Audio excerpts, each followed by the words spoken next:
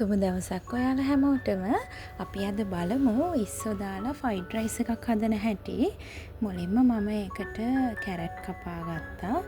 Leeks, එතකොට ලූණු, කරපිංචා, සුදු ලූණු, තක්කාලි ටිකක් කපාගෙන තියෙන්නේ. ඒ ටිකත් එක්ක ලෑස්ති කරගන්න ඉස්සෝ ටිකක් හොඳට හොදලා සුද්ධ කරලා බිත්තර මුලින්ම බටර් ටිකක් හරි තෙල් ටිකක් හරි දාලා ඉස්සෝ ටික හොඳට ෆ්‍රයි කරගන්න ඕන.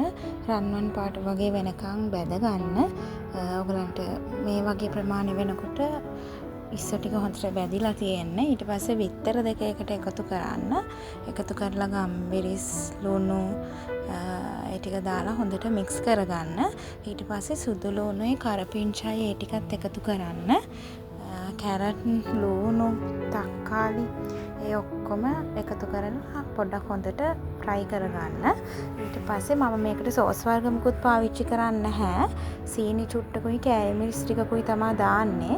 දාලා ලීක්ස් ටික දාලා හොඳට පොඩ්ඩක් තැම්බෙනකන් තියලා කහ චුට්ටක් දාලා උයාගත්ත බත් තමයි දාගන්නේ. දාලා හොඳට කලවම් කරගන්න. මේ ඉස්සෝල රස බත් එකට එන හින්දා සෝස් වර්ග මුකුත් අවශ්‍ය වෙන්නේ නැහැ.